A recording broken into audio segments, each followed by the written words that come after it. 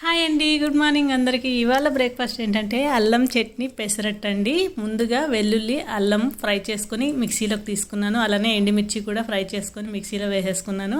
పచ్చెనపప్పు, మినప్పప్పు, ధనియాలు, జీలకర్ర, మెంతులు వేసి కొంచెం ఫ్రై అయిన తర్వాత చింతపండు కూడా వేసి ఫ్రై చేసుకోవాలి. ఇవన్నీ కూడా మంచిగా ఫ్రై అయిన తర్వాత మిక్సీలో వేసుకోవాలి. మిక్సీలో వేసుకున్న తర్వాత దీంట్లో తగినంత సాల్టు అలానే బెల్లం వేసుకొని మంచిగా స్మూత్ పేస్ట్ లాగా గ్రైండ్ చేసుకోవాలండి. ఇలా గ్రైండ్ చేసుకొని పక్కన పెట్టుకొని కొంచెం తాలింపు వేసాను. ప్యాన్ పెట్టుకొని ఆవాలు, జీలకర్ర, కొంచెం ఇంగువ, కరివేపాకు వేసి తాలింపు వేసి పక్కన పెట్టుకోవాలి.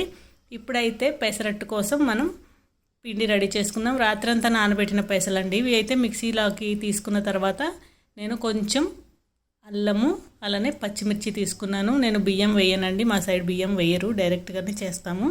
ఇలా వేసుకున్న తర్వాత కొంచెం తగినంత సాల్ట్, పసుపు, వాటర్ వేసుకొని బాగా మెత్తగా పేస్ట్ లాగా గ్రైండ్ చేసుకోవాలి ఈ విధంగా.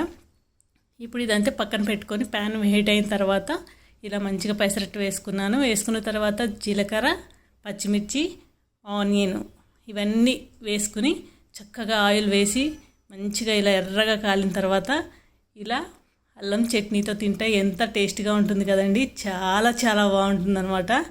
నాకైతే ఇడ్లీ తర్వాత పెసరట్టు ఇష్టం. మీకేది ఇష్టమో అలానే ఇష్టం లేదో చెప్పండి. అలానే లైక్ చేయడం మాత్రం మర్చిపోకండి.